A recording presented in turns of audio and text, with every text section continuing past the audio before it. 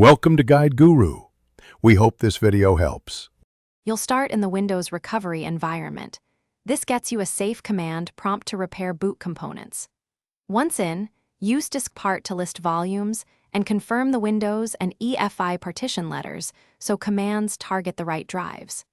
Make sure you have an installation USB or restore media handy because some steps write to system partitions. Now exit disk-part, and we proceed to repair the master boot record and recover the boot configuration data so Windows can locate its loader. Next, you'll repair the core boot files. First run bootrec/fixmber to restore the master boot record, then bootrec/fixboot to write a new boot sector. This resolves corrupted sectors that prevent startup. If Windows doesn't appear, run bootrec/rebuild to scan and add installations.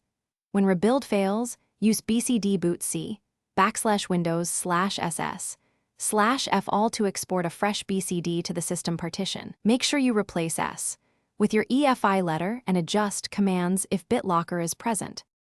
Finish by checking disk integrity and system files so boot fixes hold. Run chkdskc/f to repair file system errors, then run sfc offline with the /offbootdir and /offwindir flags to restore protected files. Once done, reboot and test normal startup. Make sure to re-enable recovery if you disabled it. If Windows still won't start, try System Restore from WinRe or a repair install from your USB. Key tip: if BCD cannot be rebuilt, export your data and prepare for an in-place repair. Thanks for watching. Consider subscribing if we helped you today.